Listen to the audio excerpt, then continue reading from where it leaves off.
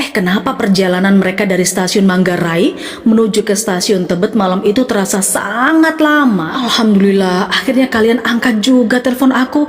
Kalian pada di mana sih? Sita lalu jawab, "Lah, kami dari tadi nunggu kamu di stasiun. Ayo cepetan kesini biar kita bisa cepat pergi."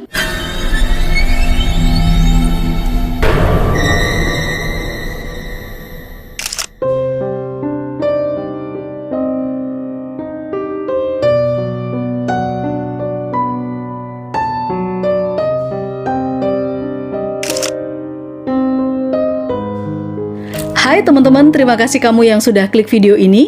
Oke, jadi kali ini aku mau cerita satu kisah horor dari Jakarta. Bahkan sudah jadi urban legend di sana. Sebelum kita masuk ke ceritanya, buat kalian semuanya nih dari berbagai daerah, boleh berkumpul di kolom komentar berbagi cerita tentang urban legend yang pernah kalian dengar di daerah kalian masing-masing ya. Silakan aja tulis di kolom komentar. Oke, kali ini aku juga yakin kalau kalian sebenarnya sudah tidak asing dengan kisah yang akan aku bahas, yaitu cerita tentang hantu kereta Manggarai. Ya teman-teman, kisah hantu kereta Manggarai ini dialami oleh Sita bertahun-tahun yang lalu ketika dia waktu itu masih SMA. Nah pada saat itu katanya Sita nggak sendirian, dia sama teman-temannya mengalami kejadian menyeramkan ketika naik kereta dari stasiun Manggarai menuju ke Bogor. Ternyata mereka ini katanya salah naik kereta sampai tersesat gitu dan sempat dinyatakan hilang berhari-hari. Nah penasaran ya? Cerita ini tuh udah jadi rahasia umum teman-teman dan juga sudah ada filmnya. Jadi nggak usah kelamaan deh di opening kayak gini ya. Kamu enakin saja rebahannya, siapin cemilannya, aku mulai ceritanya sekarang.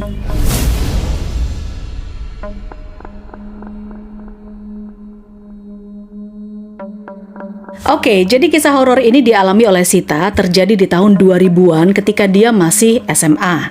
Nah, pada masa itu Sita dan teman-temannya, sebut saja Reni, Kade, dan Astri, itu lagi suka-sukanya banget tuh nonton konser band indie gitu. Kebetulan juga waktu itu banyak memang event-event musik yang digelar di dalam kota maupun di luar kota Jakarta. Nah, kebetulan juga band indie favorit mereka itu main di Bogor. Tapi kebetulannya pada saat itu teman-teman, waktunya sudah mendekati ujian sekolah. Ya kira-kira sekitar 2 minggu sebelum ujian gitulah. Di situ lalu mereka mikir, pasti nggak bakal dikasih izin ya sama orang tua masing-masing. Mereka tuh nggak bakal dibolehin lah, udah mau ujian kok malah main-main ke Bogor. Ya tapi karena pada saat SMA itu mereka dibilang masih agak bandel juga, mereka pun akhirnya memilih tetap nekat berangkat ke Bogor nih.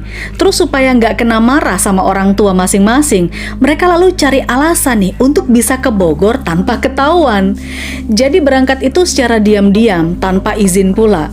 Mereka pun sepakat untuk naik KRL supaya orang tua mereka nggak curiga. Kalau bawa mobil itu kan pasti curiga. Mereka ini izinnya mau pergi belajar kelompok, tapi mungkin nanti kemalaman Pak Bu, jadi ya kita bisa nginep lah di rumah siapa gitu. Alasannya kayak gitu. Nah dengan begitu mereka dibolehin lah, diizinkan. Singkat cerita, tibalah di hari keberangkatan mereka menuju Bogor.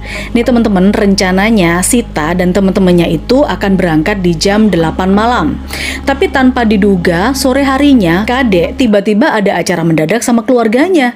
Nah di situ Sita udah mulai khawatir nih, karena kemungkinan Kade nggak bisa ikut ke Bogor. Gimana dong ya? Udah janjian. Di saat cemas itulah Sita tiba-tiba nerima SMS. Zaman itu memang pakai SMS ya. Sit, kalian bertiga berangkat dulu aja ya. Nanti kalau waktunya mepet, kita langsung ketemuan aja di stasiun Pondok Ranji. Itu kata Kade di SMS. Oh oke deh, kalau gitu siap, kabarin aja ya kalau udah mau berangkat, kata Sita. Oke, akhirnya mereka bertiga, Sita, Astri, sama Reni itu memutuskan untuk berkumpul duluan. Nah sembari menunggu Kade nih, mereka lalu mampir ke salah satu kafe, katanya di daerah Setiabudi gitu. Tapi di situ sudah sampai hampir jam 9 malam, Kade ini belum ada kabar juga, nggak datang juga. Ya otomatis Sita sama temen-temennya juga makin cemas. Wah gimana nih, kereta terakhir kan jam 10. Dan untungnya nggak lama kemudian Kade nelpon. Di situ dia bilang, halo Sit, aku udah sampai nih di stasiun Pondok Ranji, kalian di mana? Oh udah sampai ya? Ya udah bentar, kami masih di kafe, kita nanti nyusul ke sana ya. Kata Sita. Loh nggak usah, jangan ke sini. Soalnya tadi keretanya itu penuh. Kita langsung ketemuan aja deh di stasiun Manggarai, kata Kade. Singkat cerita, Sita, Reni, sama Astri itu menujulah ke stasiun Manggarai. Dan di situ sudah hampir jam 10 malam. Ternyata Kade belum kelihatan juga nih teman-teman. Saat mereka udah mulai panik ya, untungnya pada jam 10 kurang 6 menit, last minute banget, akhirnya Kade sampai di stasiun Manggarai. Mereka semua pun merasa lega dengan kedatangan Kade. Alhamdulillahnya, tidak lama kemudian mereka mendengar suara sirine kereta dan disusul oleh cahaya lampu yang tampak menyorot di sepanjang rel. Ya, nggak lama kemudian setelah pintu kereta terbuka, mereka langsung buru-buru masuk ke dalam KRL itu. Sesampainya di dalam kereta, mereka ini langsung duduk dengan rapi berurutan ya. Dari kiri itu Sita, terus ada Astri, ada Reni, terus paling kanan itu ada Kade. Dan pada saat itu kereta yang mereka naiki ini betul-betul sepi banget. Cuman ada mereka berempat aja di situ.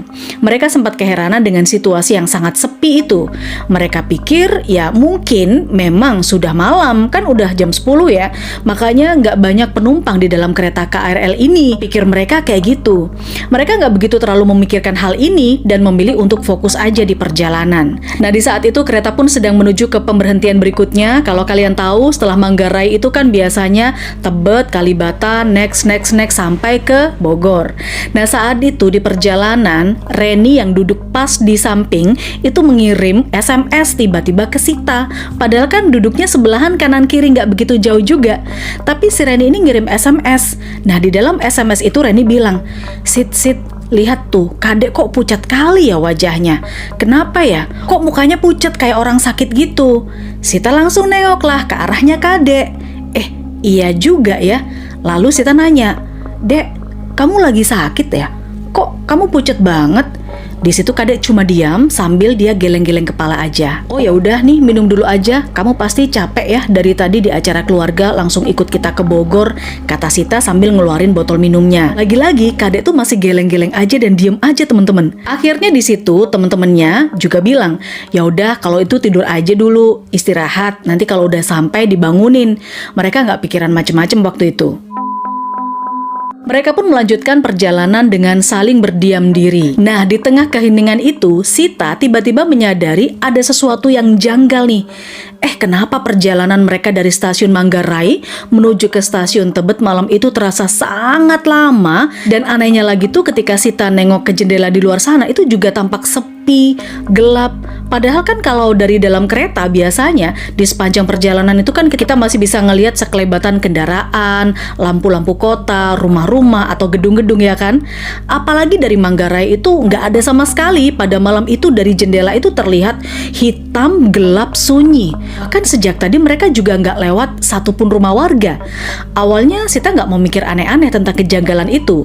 Tapi ketika dia menengok ke arah teman-temannya, ternyata tatapan mereka pun terlihat jelas kalau mereka juga kepikiran hal yang sama teman-teman. Karena merasa ada yang nggak beres ya dengan perjalanan mereka, tiba-tiba dengan lirih Astri nyeletuk nih, kok lama kali ya kereta ini? Kerasa nggak kalian? Ini kereta kayaknya nggak sampai-sampai ke Tebet deh kita ini.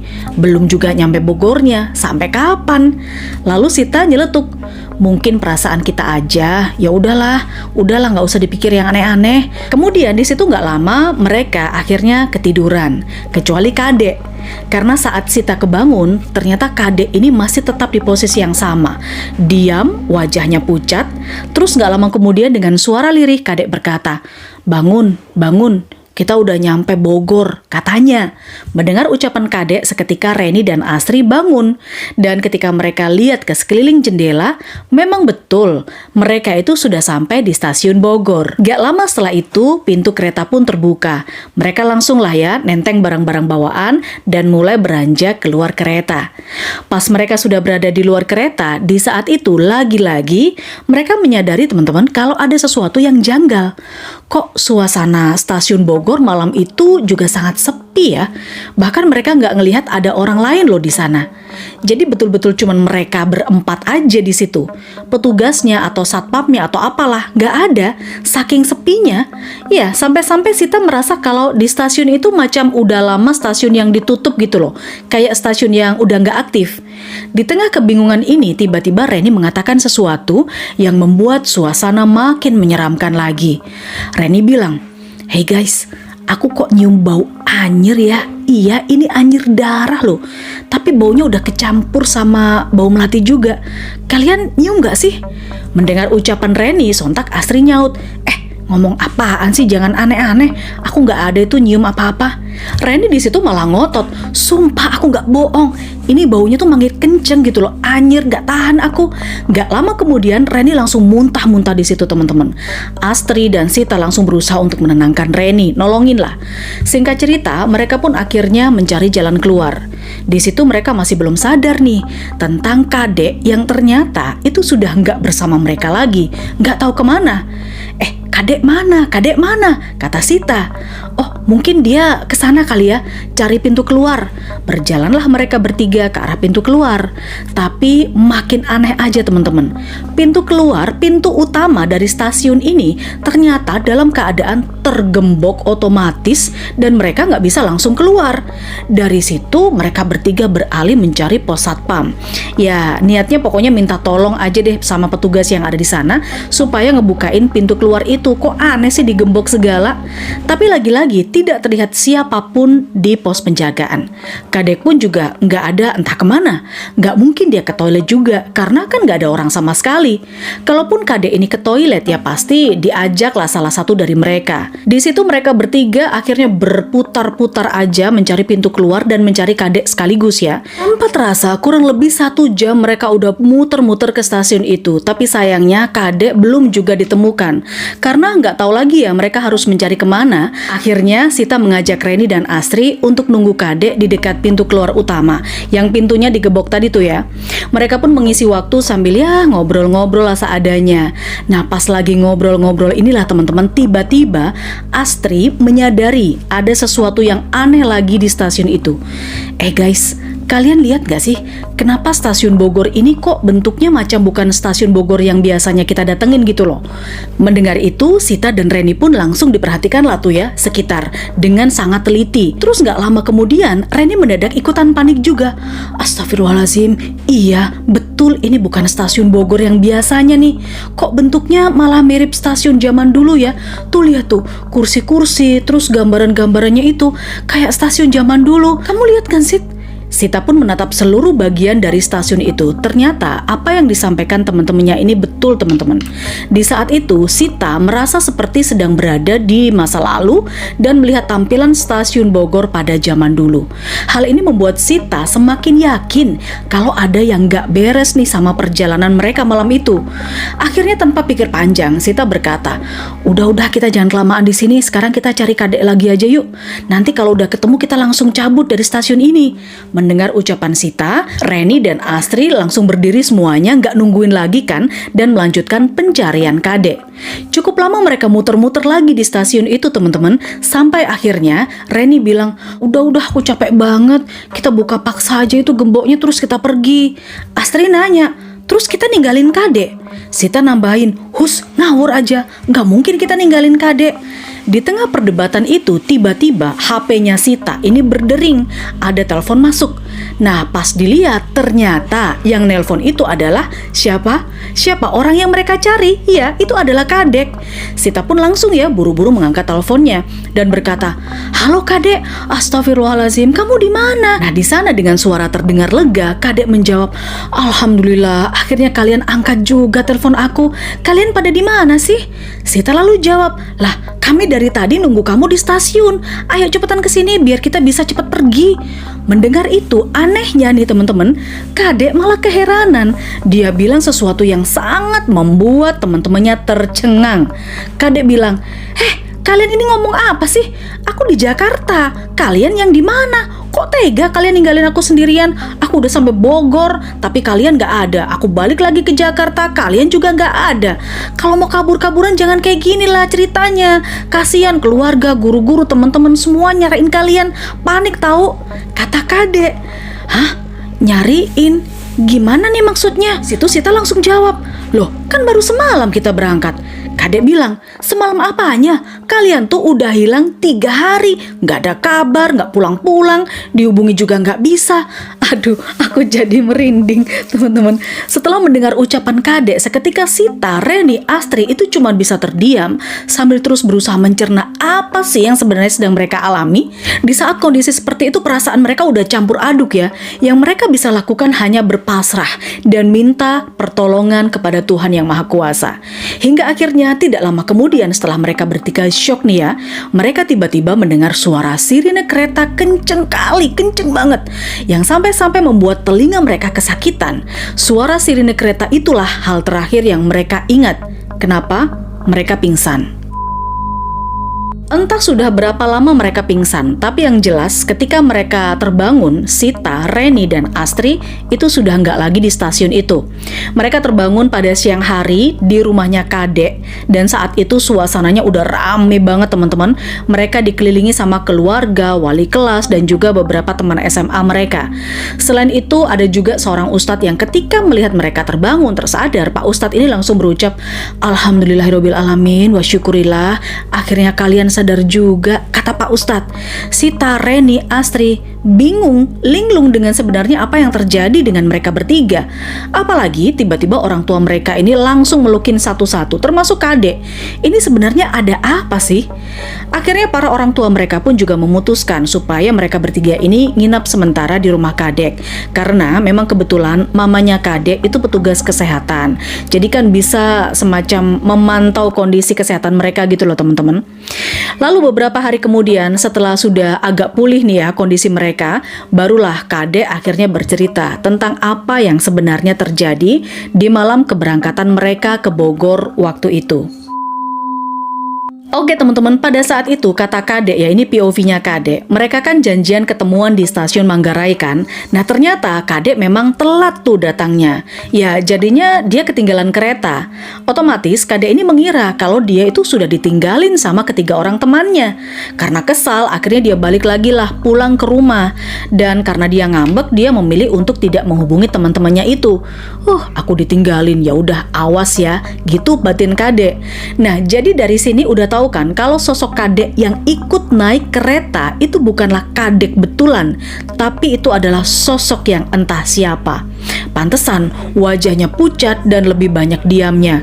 Terus saat Kadek ini sudah ada di rumah, dia malah dapat kabar dari panitia event musik yang ada di Bogor yang rencananya akan mereka datangi tuh ya. Ternyata event musiknya di Bogor itu juga batal, nggak jadi konser karena katanya ada masalah perizinan. Disitulah Kadek pun langsung berkali-kali menelpon Sita dan juga mengirim SMS ke masing-masing. Tapi ya tidak ada satupun dari mereka bertiga yang ngebales. Lalu besoknya lagi nih udah berganti hari, Sita dan teman-temannya ini belum juga ditemukan. Kadek dan beberapa teman SMA pun lalu berinisiatif nih untuk mencari teman-temannya bertiga itu langsung ke Bogor, ke tempat yang awalnya mereka rencanakan untuk menginap. Tapi sesampainya di Bogor, mereka juga tetap tidak menemukan keberadaan Sita, Reni, dan Astri. Udah dicari kemana-mana ke hampir seluruh Bogor, tetap aja nggak ketemu. Terus keesokan harinya lagi nih ya, udah berganti hari lagi, Kadek lagi-lagi mencoba untuk menghubungi Sita. Nah yang akhirnya disitulah teleponnya diangkat. Tapi kata Kadek, pada saat mereka lagi teleponan, suara Sita dan teman-temannya itu kayak semakin kecil, ketutupan sama suara-suara aneh di belakangnya. Dalam sambungan telepon antara Kadek dan Sita, dia tuh malah mendengar suara kayak rame, riuh, orang tertawa terbahak-bahak di belakang suaranya Sita. Itu di teleponnya. Di hari yang sama menjelang siang, tiba-tiba Kadek dijemput orang tua Sita. Katanya, Sita, Reni, dan Astri sudah ketemu.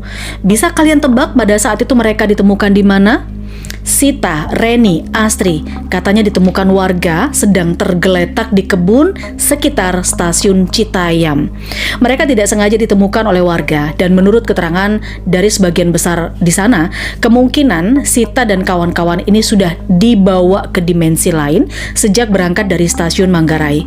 Mendengar penjelasan itu, mereka berempat kaget sekaget-kagetnya. Tidak pernah menyangka gitu loh, bahwa mereka itu akan mengalami langsung kisah urban dengan legend kereta hantu Manggarai. Dan di situ mereka semuanya bersyukur karena masih bisa selamat.